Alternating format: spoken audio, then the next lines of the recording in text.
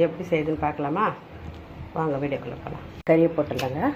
நல்லா சுத்தமாக கழுவி வச்சுருக்கேன். மஞ்சத்தூள்லாம் போட்டு மிளகாத்தூள் 2 ஸ்பூன் போடலாம். தக்காளி நல்ல பெரிய வெங்காயம் 2 தக்காளி 2 வெங்காயமும் தக்காளியும் நல்லா கட் பண்ணி பேஸ்ட் எல்லாத்தையும் போட்டு நல்லா கலக்கிடலாங்க. அதே இப்போ கலக்காச்சு. கொஞ்சமாக தண்ணி ஊற்றி குக்கர் மூடி விசில் வச்சிடலாம். உப்பு கொஞ்சம் போட்டுடலாம். விசில் போட்டுடலாம். நல்லா 3 விசில் வரட்டுங்க. தலைக்கறி நல்லா வெந்துச்சுங்க. உப்பு இந்த கறிவேப்பிலை போட்டுடலாம். இது தலைக்கறி நல்லா வெந்துச்சு. இதில் போட்டுடலாம். எல்லாத்தையும் போட்டு கலரி விட்டுடலாம். எல்லாம் ஊற்றியாச்சுங்க. இப்போ நல்லா கொதிக்கிட்டோம். அப்படியே கிரேவியாக தான் எடுக்க போகிறேன் நான். இப்போ அடிக்கடி கலரி விட்டுக்கலாம்.